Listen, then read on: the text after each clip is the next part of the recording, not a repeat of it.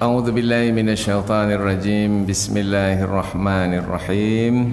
Assalamualaikum warahmatullahi wabarakatuh. Alhamdulillahi rabbil alamin wa bihi nasta'in ala umurid dunya waddin. Nasta'inuhu wa nastaghfiruh. ونعوذ بالله من شرور أنفسنا ومن سيئات أعمالنا فمن يهده الله فلا مضل له ومن يضلل فلا هادي له أشهد أن لا إله إلا الله وحده لا شريك له وأشهد أن محمدا عبده ورسوله لا نبي بعده. Amma ba'd. Kita bersyukur kepada Allah Subhanahu wa taala yang masih melimpahkan rahmat dan nikmatnya. Kita bersyukur dengan mengucapkan alhamdulillahi rabbil alamin. Alhamdulillah ala kulli hal.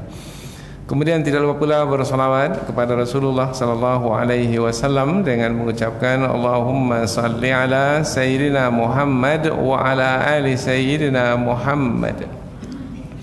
Dan bersalam kepada Rasulullah dengan ucapan Assalamu alayka ya Rasulullah.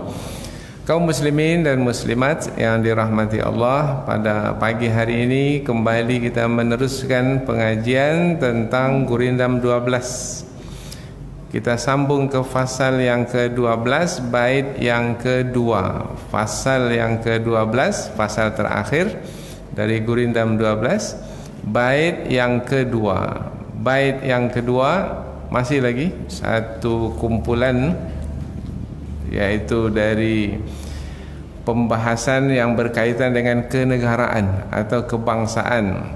Di pasal yang ke-12 ini bait-baitnya itu adalah tentang kenegaraan. Apabila di bait yang pertama raja mufakat dengan menteri seperti kebun berpagarkan duri. Tak ada siapa yang bisa atau berani masuk ke kebun tersebut kalau raja itu sepakat dengan menteri. Raja sepakat dengan menteri seperti kebun berpagarkan duri. Bait yang kedua yang akan kita pelajari pada pagi hari ini masih tentang raja. Karena dalam sebuah negara, raja adalah pemimpin tertinggi yang menguruskan pemerintahan, yaitu betul hati kepada raja tanda jadi sebarang kerja. Betul hati kepada raja ini berkaitan dengan rakyat, dengan warga negara. Kalau kita sebut pada hari ini dalam sebuah negara, yaitu betul hati kepada raja tanda jadi sebarang kerja. Tapi kalau rakyat tak betul hati mereka itu kepada raja, tak jadi sebarang kerja. Karena kerja itu bersama-sama, bersama-sama seluruh warga. Kemudian raja hanyalah yang menyelenggara, yaitu yang diberi amanah untuk menyelenggarakan negara. Betul hati kepada raja tanda jadi sebarang kerja. Inilah bait yang akan kita pelajari. Betul hati kepada raja, bila hati rakyat itu betul kepada rajanya, apabila rajanya itu berlaku adil, apabila rajanya itu menegakkan kebenaran, maka betullah hati rakyat kepada raja.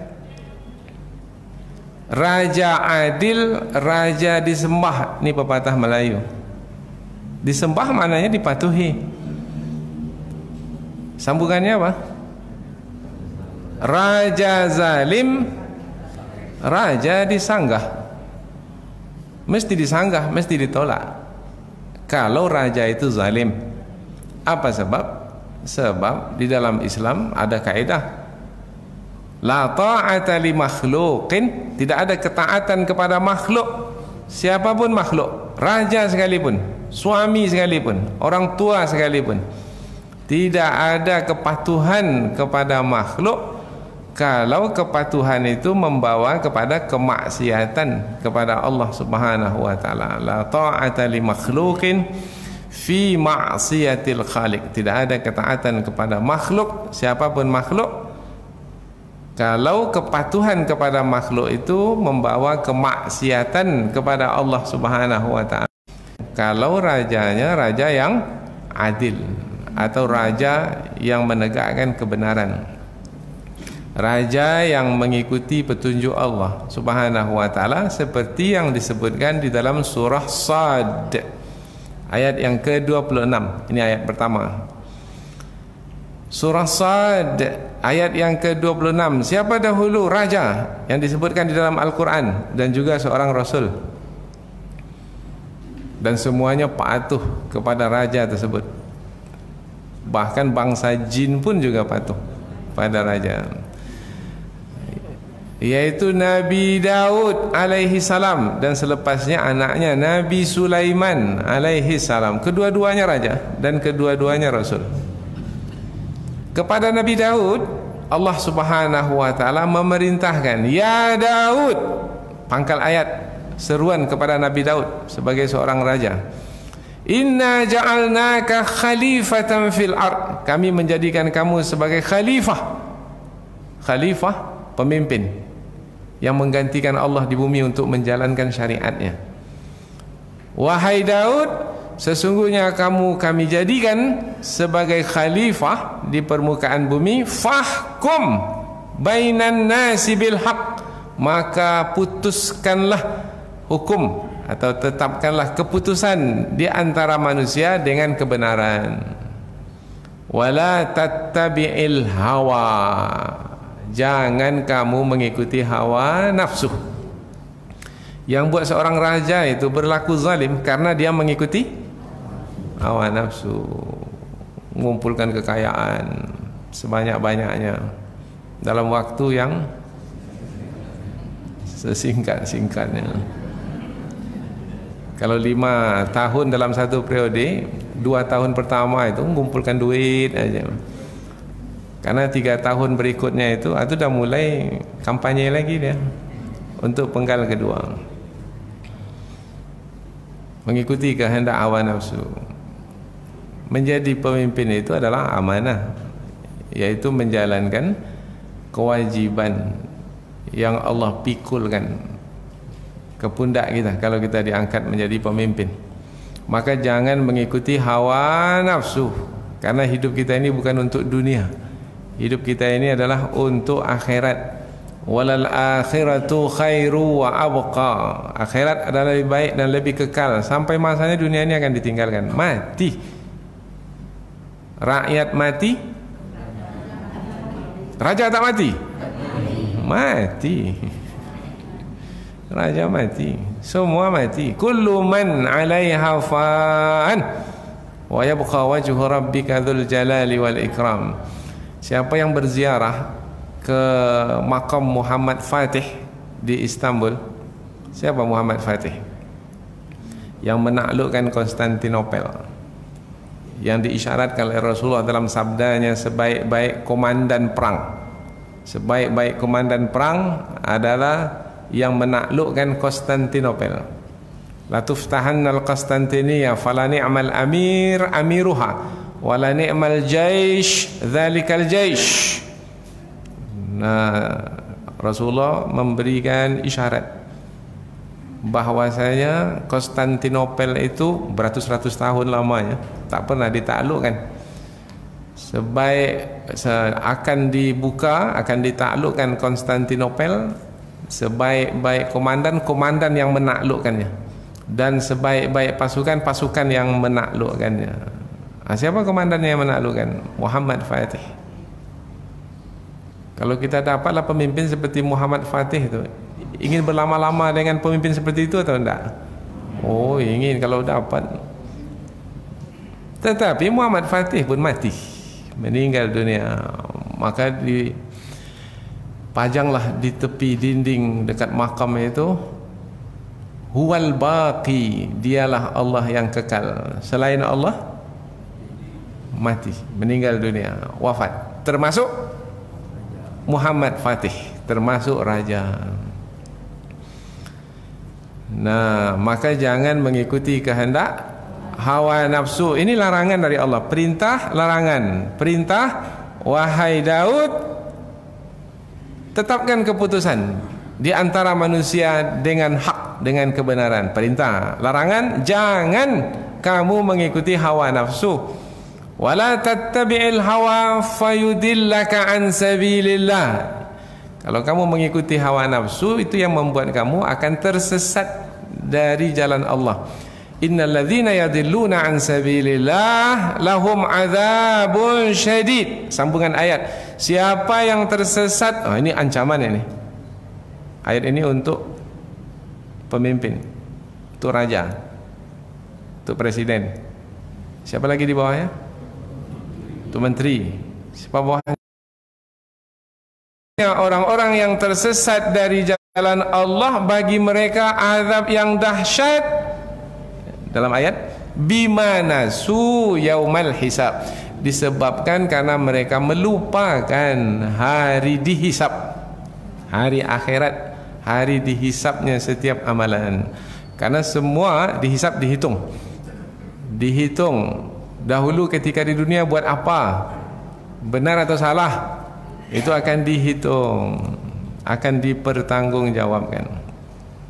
Maka kita hidup di dunia bukan untuk dunia ini sebenarnya, karena dunia ini adalah untuk kita mengumpulkan bekal untuk hari yang kekal. Karena kehidupan yang sebenarnya, kehidupan tadi malam sudah kita sebutkan, sesungguhnya kehidupan dunia ini hanyalah senda gurau saja, bermain-main saja. Wa ma hadhil hayatud dunya illa lahu wa la'ib. Sesungguhnya kehidupan dunia ini hanyalah senda gurau, bersenda-senda, bergurau-gurau, habis. Ketawa-ketawa, habis. Wa la'ib, permainan, main, game over. Setelah itu permainan habis. Permainan satu babak 45 menit, dua babak habis. Tak ada lagi. Tak ada orang bermain terus, tak ada. Inilah kehidupan dunia ini, sekejap sekali. Lalu kehidupan yang sejati yang mana? Sambungan ayat. Wa innad daral akhirah lahiyal hayawan. Sesungguhnya kehidupan akhirat itulah dia kehidupan yang sebenarnya. Lau kanu ya'lamun, kalau mereka mengetahui. Maka di penghujung ayat Allah Subhanahu wa taala menyampaikan kepada Nabi Daud alaihissalam, hati-hati dengan dunia. Wala tattabi'il hawa, jangan kamu mengikuti hawa nafsu wahai Daud. Innal ladzina yadhilluna an sabilillah lahum adzabun syadid. Karena mengikuti hawa nafsu fayudillaka an sabilillah, membuat kamu tersesat dari jalan Allah, dan orang-orang yang tersesat dari jalan Allah akan mendapatkan azab yang dahsyat disebabkan karena melupakan hari berhisab, hari perhitungan. Jadi raja yang mana yang kita mesti betul hati kepadanya? Raja yang menegakkan kebenaran, menegakkan keadilan. Seperti siapa? Sudah disebutkan contohnya dalam Al-Quran. Seperti Nabi Daud alaihi salam. Mudah sekali pembahasan ini. Kemudian berikutnya lagi, kita diperintahkan oleh Allah Subhanahu wa taala untuk taat kepada Allah, untuk taat kepada Rasul, untuk taat kepada ulil amri. Ulil amri. Jadi ketaatan kepada ulil amri itu adalah mesti bersesuaian dengan ketaatan kepada Allah dan Rasulnya. Atau dalam bahasa yang lain, perintah Allah supaya taat kepada raja datang setelah perintah Allah supaya taat kepada Allah dan Rasul. Semua kita mungkin dah tahu ayat ini. Mana ayatnya? Ati'ullaha wa ati'ur rasula wa ulil amri minkum. Taatlah kepada Allah, taatlah kepada Rasul, dan taatlah kepada ulil amri. Siapa ulil amri ini? Raja, sultan, presiden, perdana menteri, gubernur, wali kota, siapa lagi yang lain? Pemimpin-pemimpin. Siapapun yang diberi amanah untuk menjalankan urusan amanah tersebut, ulil amri. Uli yang memiliki al-amri, al-amar, urusan, di tangannya diberi urusan. Maka sebenarnya jangan bangga kalau diberi urusan. Innalillahi. Itu orang yang faham itu dia innalillahi, berkabung dia. Ini pesta 7 hari 7 malam dia dapat bergembira. Karena itu adalah amanah. Dahulu Allah pernah mengemukakan amanah itu kepada langit, kepada bumi, kepada gunung. Itu besar-besar makhluk itu. Berbanding dengan manusia, manusia kecil. Inna aradnal amanata 'alas samawati wal ard wal jibal. Kami kemukakan, kami tawarkan, kami berikan amanah itu kepada langit, kepada bumi, kepada gunung. Besar-besar nih makhluk ini. Mestinya yang besar nih yang mampu menjalankan amanah. Tetapi mereka ini menolak untuk menerima amanah. Fa'abaina an yahmilnaha wa ashfaqna minha. Menolak, tak mau kami menjalankan amanah ini, berat ini amanah ini. Wa hamalahal insan. Tapi sayangnya manusia ketika diberikan amanah cepat mengambilnya. Dikejarnya amanah itu. Kalau bisa beli jabatan itu berapa? Jadi kepala dinas berapa? Belinya. Padahal itu adalah amanah. Innahu kana zaluman jahula. Adalah manusia itu zalim, menzalimi dirinya sendiri. Jahula, jahil, tak tahu akibat yang akan dia tanggung kalau dia tidak menjalankan amanah. Allahu Akbar. Ayat-ayat yang seperti ini kalau dibahas, dikaji, mungkin tak ada yang mau jadi pemimpin ini. Semua tolak menolak. Bapak aja lah jadi pemimpin. Jangan saya lagi, bapak aja lah. Tak ada yang mau. Kalau yang sekarang semua mau. Nah, belum lagi gambarnya dah pajang 2024. 2024 lama lagi. Entah wabah ni tambah menjadi-jadi, kita tak tahu. Tapi gairahnya sudah kita rasakan sekarang ini. Apa yang terjadi 2024? Tak tahu kita, entah apa yang akan berlaku.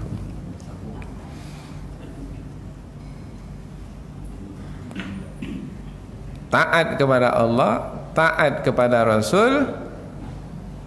Setelah perintah ketaatan kepada Allah dan Rasul, barulah perintah ketaatan kepada ulil amri. Dan kalau kita perhatikan, kata taat diulang kepada Rasul setelah kepada Allah. Ati'ullah, taatlah kepada Allah. Wa ati'ur Rasul, wa ati'u, taat, taatlah kepada Rasul. Wa ulil amri, tak ada digunakan kata taat kepada ulil amri. Tetapi perintah itu perintah taat kepada ulil amri. Tidak disebut ati'ullah wa ati'ur Rasul wa ati'u ulil amri. Tidak, bukan begitu. Ati'ullah wa ati'ur Rasul wa ulil amri. Maka ulama tafsir memberikan penjelasan bahwasanya ketaatan kepada pemimpin setelah ketaatan kepada Allah dan Rasul, dan mesti bersesuaian. Kalau tidak, maka yang mesti ditaati, dipatuhi adalah Allah dan Rasulnya. Nah, itu yang dimasukkan dengan raja alim atau raja adil. Raja disembah, raja zalim, raja disanggah. Mesti disanggah, jangan dibiarkan. Ini jadi penjilat raja itu pula. Tahu penjilat? Jadi ABS istilah sekarang. Apa ABS itu? Asal bapak sonang. Maka apa yang diinginkan raja itu dia sampaikan. Akhirnya orang yang seperti ini sebenarnya menghancurkan bangsa itu, menghancurkan negara. menghancurkan kerajaan. Tinggal lagi sekarang kalau menyanggah itu seperti apa, menasihati itu seperti apa. Itu ada adabnya, ada tuntunannya. Tak sembarangan pula turunkan raja umpamanya, bawa masyarakat dengan bahasa yang ada adab dan sopan santun.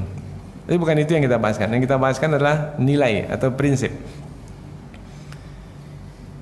Betul hati kepada raja, tanda jadi sebarang kerja. Raja yang bagaimana? Sudah disebutkan tadi, raja yang menetapkan keputusan dengan kebenaran. Raja itu juga taat kepada Allah dan Rasul. Maka apabila dapatlah raja yang seperti itu, maka hati rakyat itu mesti betul kepadanya. Nah, kalau rakyat hatinya betul kepada raja seperti itu, jadilah sebarang kerja. Raja adil, raja menegakkan kebenaran, tapi rakyatnya melanggar umpamanya, jadi sebarang kerja? Tidak, karena raja hanya menyelenggarakan urusan kerajaan saja. Yang menjalankan sebenarnya adalah rakyat. Maka rajanya benar, rakyatnya pun juga benar. Betul hati rakyat kepada rajanya, maka jadilah sebarang kerja.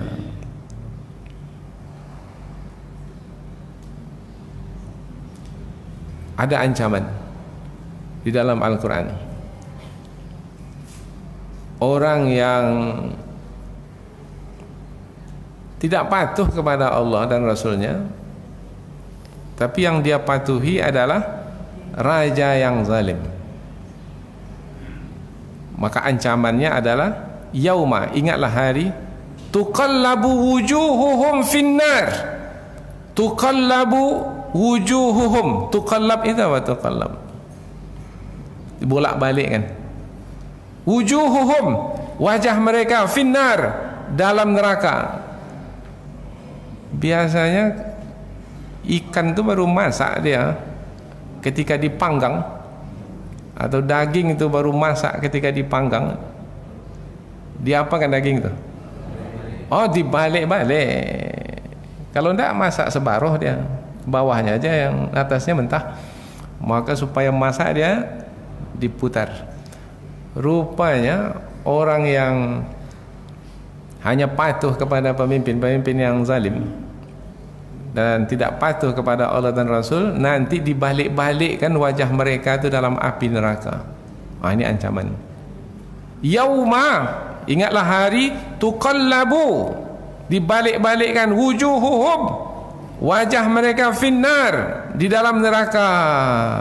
Yaquluna ya laitana ata'na Allah wa ata'na Rasul. Apa kata mereka dalam api neraka itu? Aduhai, celakalah kami, alangkah baiknya dahulu ketika di dunia kami taat kepada Allah dan taat kepada Rasul. Qalu rabbana ata'na sadatana wa kubara'ana. Mereka mengatakan, ketika wajah mereka dibolak-balikkan di api neraka itu, mereka mengatakan, apa kata mereka? Dulu wahai Tuhan kami, ketika di dunia kami ata'na sadatana, kami taat kepada pemimpin-pemimpin kami, pembesar-pembesar kami, wa kubara'ana fa'adalluna as-sabil, dan mereka menyesatkan kami dari jalan-Mu ya Allah. Kapan itu mereka ucapkan? Sudah dalam neraka. Kalau sudah dalam neraka,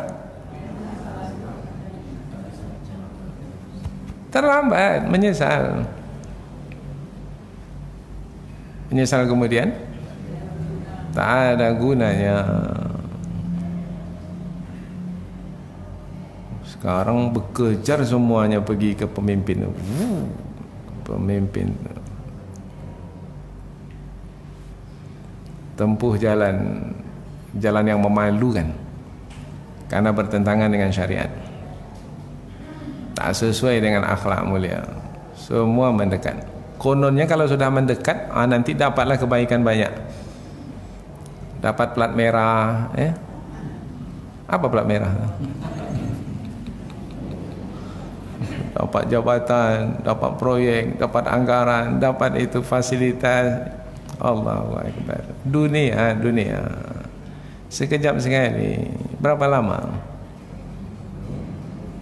5 tahun, 10 tahun?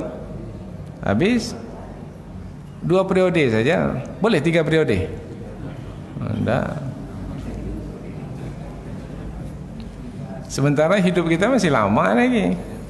Sayang sekali umur masih muda. Kemudian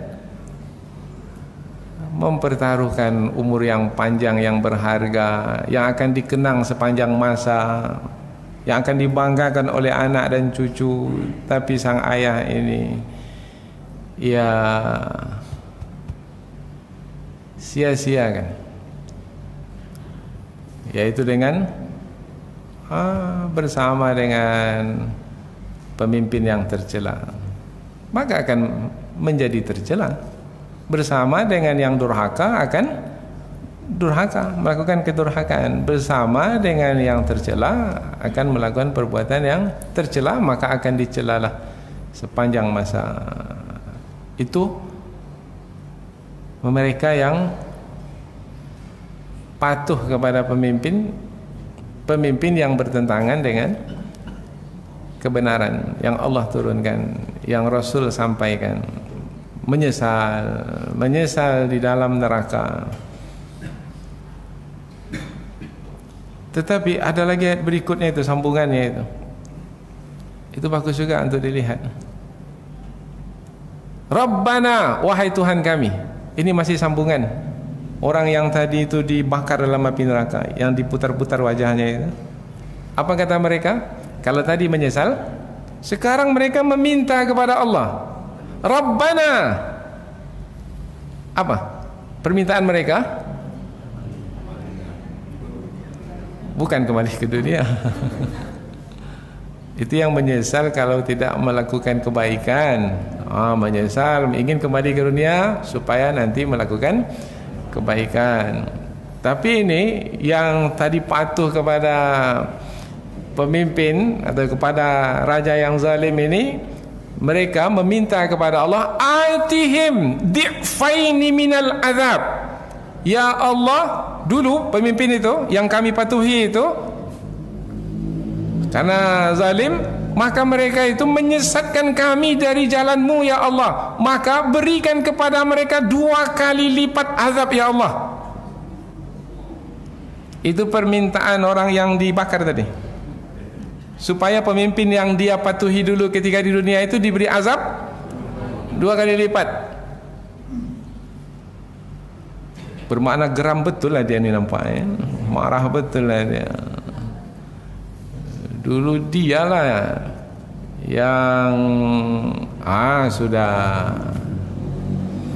menyesal kemudian. Wal'anhum la'nan kabira, dan laknatlah mereka ya Allah. Ini permintaan orang yang tadi patuh kepada pemimpin yang zalim ketika di dunia. Wal'anhum la'nan kabira, dan laknatlah mereka ya Allah dengan laknat, dengan kutukan yang besar. Jadi siapa yang meminta itu, yang berdoa itu? Orang yang mengikuti itu, rakyat. Rakyat yang patuh kepada raja yang zalim. Maka hidup di dunia ini tanggung jawab. Maka jangan hidup-hidup begitu saja, tidak. Ada rasa tanggung jawab, karena kita akan mempertanggungjawabkan kembali pilihan kita itu. Pemimpin yang mana yang kita patuhi, dan pemimpin yang mana yang mesti disanggahi. Raja adil, raja disembah, raja zalim, raja disanggah. Macam mana cara menyanggahnya? Ada prosedurnya. Silakan sampaikan suara ke wakil rakyat. Tapi wakil rakyat macam tu juga Ustaz. Macam mana caranya? Sudah. Macam mana caranya? Suruhlah pemimpin itu untuk datang ke kuliah subuh ini supaya dinasihati di sini. tapi mereka tak datang, Ustaz. Oh, kalau begitu, carilah, pokoknya fikirkanlah macam mana cara ya supaya mereka itu dinasihati. Karena sama seperti kita manusia biasa, ada iman dalam hati, ada juga hawa nafsu dalam hati. Maka kepada Nabi Daud, Nabi, seorang Nabi, diperintahkan supaya jangan mengikuti hawa nafsu. Andaikan dapatlah raja itu, pemimpin itu raja yang adil, menegakkan kebenaran, maka betulkan hati kepada raja, maka akan jadi sebarang kerja. Sama seperti tadi Nabi Daud alaihissalam, anaknya siapa? Nabi Sulaiman alaihissalam. Nabi Sulaiman ni sama seperti ayahnya, diberi oleh Allah ilmu, diberi oleh Allah hikmah. Walaqad ataina Dawuda wa Sulaimana ilma. Sesungguhnya kami berikan kepada Nabi Daud dan kami berikan juga kepada Nabi Sulaiman ilmu. Ilma tidak menggunakan alif lam, menerangkan ilmu yang luas. Bukan hanya ilmu berkaitan dengan mengurus dunia, harta, ekonomi, tidak, tetapi juga mengurus hidup untuk akhirat, yang berkaitan dengan agama, rohani. Diberikan kepada Nabi Daud, diberikan kepada Nabi Sulaiman, jadilah mereka raja. Nabi Daud raja, Nabi Sulaiman pun raja. Maka Nabi Daud dan Nabi Sulaiman memerintah dengan adil. Maka siapa yang melanggar, itu Nabi Sulaiman siap untuk menghukum mereka. Siapapun, jin sekalipun, kalau melanggar, syaitan. Kalau melanggar, syaitan itu makhluk yang melanggar, suka melanggar, bahkan menyuruh orang lain untuk melanggar. Tetapi pada zaman Nabi Sulaiman tak berani melanggar. Semua patuh kepada Nabi Sulaiman. Innahu min Sulaiman wa innahu bi bismillahirrahmanirrahim. Surah An-Naml ayat 31. Sesungguhnya surat yang dikirim itu adalah surat dari Sulaiman. Itu surat yang dikirim kepada siapa? Ratu Balqis. Surat itu dikirim bismillahirrahmanirrahim, yaitu dengan menyebut nama Allah yang Maha Pengasih lagi Maha Penyayang. Allah ta'lu alayya wa'tuni muslimin. Ini dia berkaitan dengan bait kita ini. Allah ta'lu alayya, jangan kamu meninggikan dirimu terhadapku.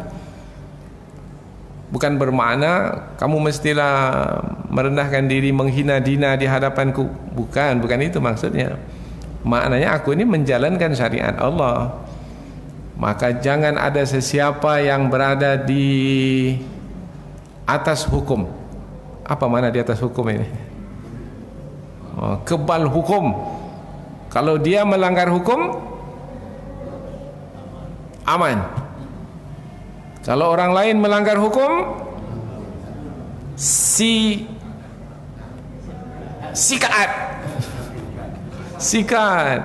habis.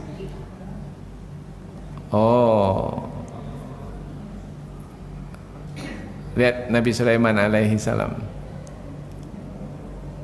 Nabi Sulaiman ingatkan semua warganya, rakyatnya, Allah ta'lu alayya, jangan kamu meninggikan diri, menyombongkan diri, angkuh, sehingga tidak menjalankan perintahku sebagai seorang raja, dan Nabi Sulaiman juga sebagai seorang rasul.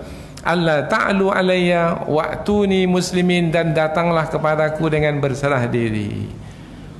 Membaca surat itu, maka Ratu Balqis pun meminta pandangan dari pembesar-pembesarnya. Bagaimana ini? Mau kita lawan Sulaiman ini?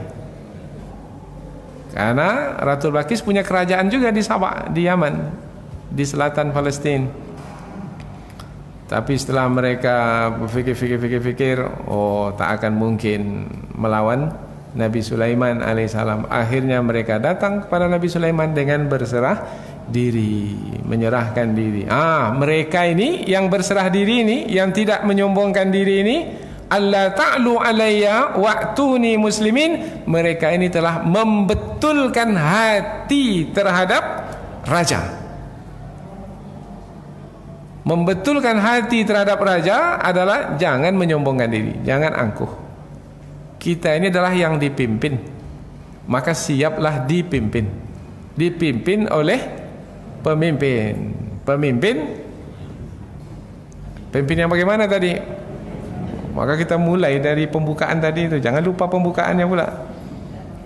Ada di antara pemimpin, saya yang seperti itu, yang penggalan terakhir itu saya suka dari Ustadz tuh. Tapi yang pertama tadi saya tak suka tuh.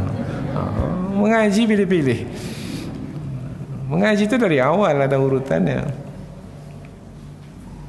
Di pondok dahulu kami ada pepatah. Kalau kelas 1, kelas 2, kelas 3, kelas 4, ini adalah yang dipimpin di pondok. Nanti kelas 5, nanti dia jadi penanggung jawab di organisasi-organisasi, maka mereka ini jadi pemimpin-pemimpin. Kelas 5, maka kelas 5 ini yang merintah. Adik-adiknya itu dari kelas 1 sampai kelas 4 yang diperintah. Maka ada istilah di pondok, siap dipimpin, siap memimpin. Kadang-kadang banyak itu siap memimpin tapi tak siap dipimpin. Memimpin siap. Oh, macam polisi, macam tentara, siap. Tapi ketika dipimpin tak siap. Ketika dahulu menjadi pengurus masjid, siap. Rupanya beralih pengurusan kepada yang lain. Jadi jemaah biasa, tak nampak lagi mukanya di masjid. Karena tak siap dipimpin. Sebenarnya kepemimpinan di dalam Islam bukanlah kelebihan sebenarnya, karena ia adalah tanggung jawab. Barulah menjadi kelebihan kalau berhasil menjalankan amanah kepemimpinan tersebut. Jadi apabila ada pemimpin yang berhasil, sebenarnya bersyukur kepada Allah Subhanahu wa taala. Kegembiraan itu apabila berhasil menjalankan kepemimpinan sebagai menjalankan amanah dari Allah Ta'ala. Itu yang penting itu. Dipuji orang, tak dipuji orang, bukanlah tujuan kita. Disanjung atau tidak disanjung, itu bukanlah menjadi tujuan. Yang menjadi tujuan adalah menjalankan kewajiban. Jadi ada ancaman dalam Al-Quran ya. Orang yang patuh kepada pemimpin yang zalim di dalam neraka diapakan? Dibakar. Ya, dengan dibalik-balikkan wajah mereka. Apakah wajahnya saja dibalikkan atau badannya sekali?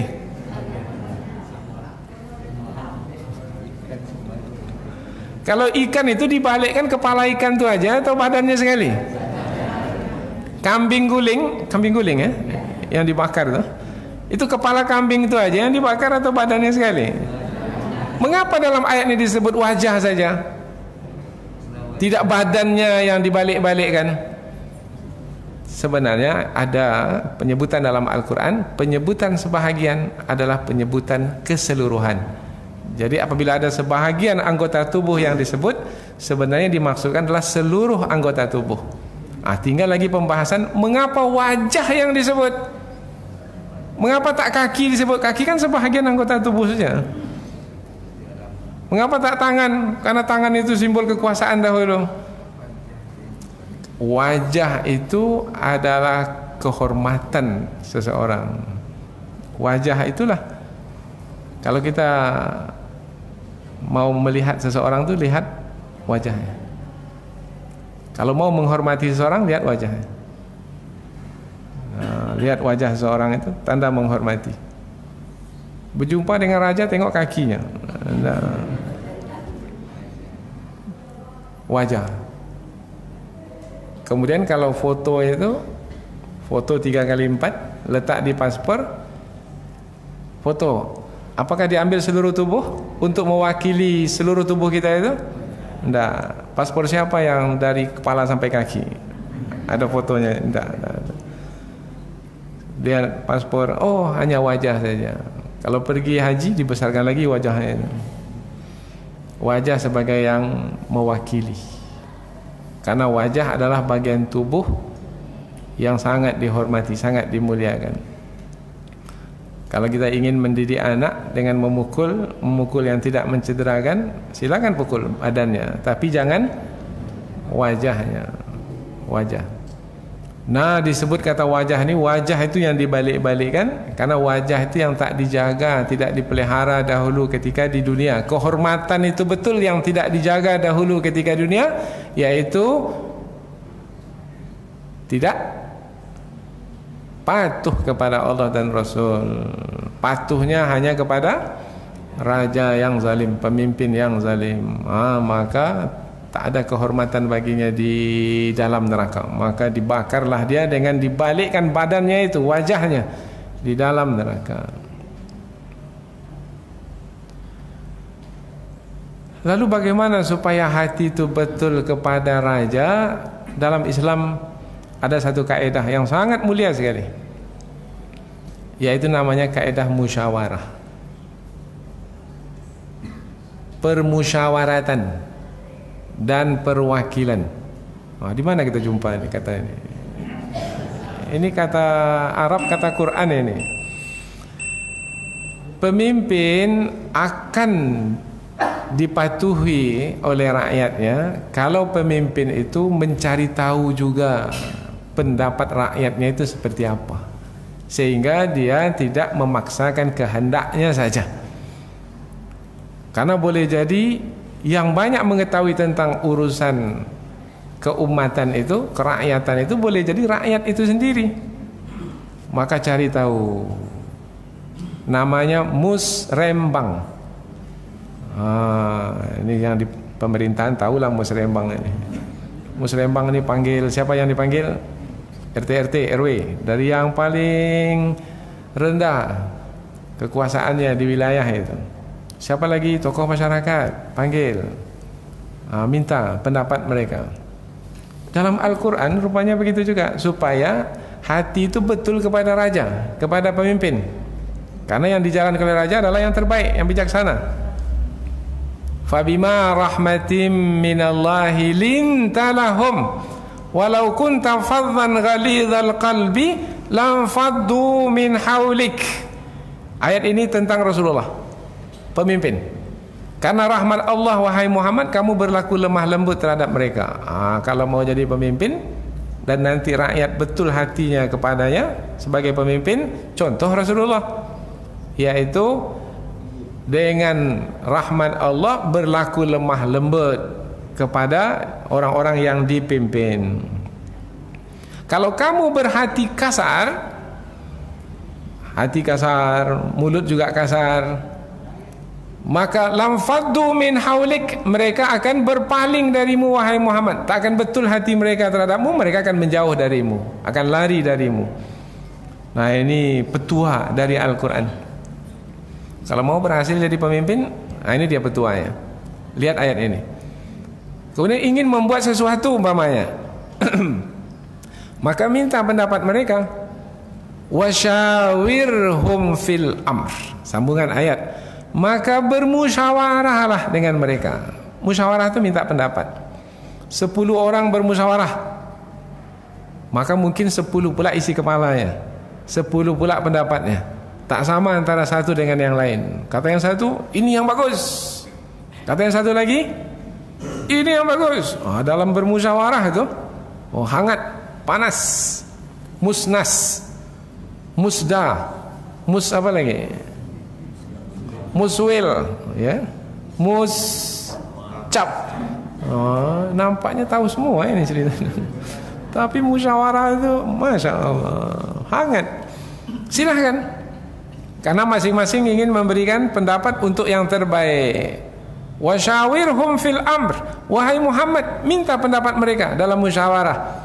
Tapi pada akhirnya, fa idza azamta fatawakkal 'ala Allah. Setelah musyawarah, ambil pendapat yang terbaik, maka jadi satu. Itu namanya mufakat. Maka ada namanya musyawarah untuk mufakat. Tak mau mufakat, dia buat barisan sakit hati namanya. Buat kelompok yang baru lagi. Tidak. Kalau sudah bermusyawarah, dapat keputusan, maka sepakati keputusan itu, mufakat. Kemudian bertawakal kepada Allah. Fatawakkal 'ala Allah. maka bertawakallah kepada Allah. Nah, kalau seperti ini pemimpin menjalankan tugasnya sebagai seorang pemimpin, maka nanti rakyat akan betul hatinya kepada rajanya. Kalau rakyat betul hatinya kepada raja, betul hati kepada raja. Apa bunyi baiknya? Betul hati kepada raja, tanda jadi sebarang kerja, dah aman negara itu. Semua urusan dijalankan dengan baik. Rajanya raja yang dihormati, rakyatnya rakyat yang dilindungi, yang disayangi. Berbanggalah menjadi bahagian dari kerajaan itu. Yang jadi pejabatnya bangga dia, yang jadi rakyat pun juga bangga. Baldatun, selalu ini disampaikan oleh pemimpin dalam pidatonya ini. Setiap kali dengar teks pidatonya, baldatun thayyibatun wa rabbun ghafur. Masya Allah. Ini kalau ayat ini sudah dipetik ini, tersentuh hati kita. Tapi setelah melihat kenyataannya, kecewa kita. Baldatun thayyibah, yaitu negeri yang baik. Dalam bahasa Jawa, gemah ripah loh jenawi. Oh, itu orang Jawa begitu kan. Masya Allah. Baldatun thayyibatun. Thayyibah itu kata yang lebih tinggi lagi dari kata halal. Halalan thayyiban. Halal baik, boleh silakan. Ada lagi yang lebih baik, thayyiban. Itu lebih baik, lebih bagus. Nah, Allah menggunakan kata thayyibah itu. Baldatun thayyibatun. Negerinya itu sejahtera, berlimpah-limpah kekayaannya. Bukan hanya kaitan dengan keuangan, ekonomi saja, enggak. Bukan hanya dengan pengurusan negara, politik saja, enggak. Tetapi rupanya Allah pun mengampuni setiap dosa orang yang ada di negeri itu, mulai dari pemimpinnya sampai rakyatnya. Wa rabbun ghafur, ghafur. Dan Allah Maha Pengampun kepada pemimpin dan yang dipimpin dalam kerajaan itu. Apa sebab? Rajanya adil, kemudian hati rakyatnya betul kepada rajanya yang adil itu. Ini pertanda negeri itu negeri yang baik, sejahtera, diampuni oleh Allah Subhanahu wa taala. Raja Ali Haji ini dalam Petua Gurindam 12 itu, di pasal yang ke-12 itu mengkhususkan bait-baitnya itu hanya untuk pembahasan kenegaraan saja. Kalau untuk diri individu itu mulai dari pasal yang pertama, kedua, ketiga, keempat. Kemudian nanti masuk ke keluarga. Kemudian di penghujung pasal ke-12 masuk ke tata negara. Rasanya kita beruntung jadi orang Melayu ini, karena kita dapat tunjuk ajar dari pendahulu kita melalui Gurindam 12 seperti yang ditulis oleh Raja Ali Haji. Meskipun sudah lama, 1808, dah lama dah. Sudah berapa tahun itu? Sudah berapa abad? Tetapi sampai sekarang kalau kita kaji masih up to date, masih relevan, masih sesuai dengan keadaan kita sekarang ini. Karena beliau dahulu menulis bukan hanya dengan tinta pena, tapi beliau juga menulis dengan iman di dalam dada. Imannya itu yang membuat tangannya itu bergerak menulis, sehingga tidak lekang dek panas dan tidak lapuk dek hujan. Kalau sekarang ini tak tahulah, belum meninggal dunia lagi orang dah buang karyanya dah hambar. Saya baca buku dia, tak mau saya buang. Kalau macam tu perangai dia, tak mau saya. Padahal dahulunya jadi pemimpin, dia sendiri yang buat autobiografi dia itu, membuat apa namanya, sejarah hidup dia. Mulai dari SD, SMP, SMA, tebal. Tapi biaya cetaknya pemerintah yang tanggung. Nah, untuk mempopulerkan dirinya. Akhirnya tak ada orang tak mau baca. Apa sebab? Tak ada sentuhan kepada generasi penerus. Tapi apabila menulis dengan bukan dengan tinta tapi dengan iman, kalau dalam perjuangan menulis sejarah itu dengan darah, maka akan dikenang sepanjang masa. Dan biasanya orang macam itu tidak dia yang menulis tentang dirinya. Biasanya orang yang seperti itu orang lain, orang terdekat yang menulis tentang dirinya. Maka mudah-mudahan insya-Allah dengan membahaskan fasal-fasal dalam Gurinda 12 ini, kita dapat melihat hidup ini dengan lebih utuh, mulai dari diri kita individu sampai keluarga, sampai masyarakat berbangsa dan bernegara. Mudah-mudahan Allah mengampuni dan merahmati Raja Ali Haji. Allahumma ighfir lahu warhamhu wa'afihi wa'fu anhu wa wasi' madkhalahu wa adkhilhu jannatakan na'im. Kemudian di sini ada satu kertas. Sebelum kita tutup pengajian ini, ada permintaan dari salah seorang jemaah kita yang saudaranya sedang sakit, yaitu bernama Ibu Erlinda binti Hasan Basri. Mudah-mudahan dengan doa kita pada pagi hari ini Allah kabulkan sehingga beliau kembali sehat seperti biasa dan mendapatkan kesembuhan sepenuhnya dan dihilangkan penyakitnya. Al-Fatihah. A'udzubillahi minasyaitonirrajim. Bismillahirrahmanirrahim. Alhamdulillahirabbil alamin, arrahmanirrahim, maliki yaumiddin, iyyaka na'budu wa iyyaka nasta'in, ihdinas siratal mustaqim, siratal ladzina an'amta 'alaihim ghairil maghdubi 'alaihim waladdallin. Alhamdulillahirabbil alamin, wassalatu wassalamu ala asyrafil anbiya'i wal mursalin wa ala alihi wa sahbihi ajma'in. Allahumma shfi marda Ibu Erlinda binti Hasan Basri. Allahumma shfiha anta syafi la shifaa illa shifauka shifaan la yughadiru saqama. Annaha massahad dur wa anta arhamur rahimin. La hawla wa la quwata illa bika ya arhamar rahimin. Allahumma shfi mardana anta syafi la shifaa illa shifauka shifaan la yughadiru saqama. Dan untuk kami ya Allah, apabila ada di antara kami yang sakit, sembuhkanlah. Apabila ada di antara kami yang lemah, kuatkanlah. Apabila ada di antara kami yang sedih, gembirakanlah. Apabila ada di antara kami yang memiliki masalah, selesaikanlah ya Allah. Engkaulah yang maha mengabulkan doa, kabulkanlah doa kami ya arhamar rahimin. Kami hanya mampu memohon, Engkau jugalah yang akan memperkenankan. Rabbana atina fid dunya hasanah wa fil akhirati hasanah wa qina adzabannar. Subhana rabbika rabbil izzati amma yasifun wa salamun alal mursalin walhamdulillahi rabbil alamin.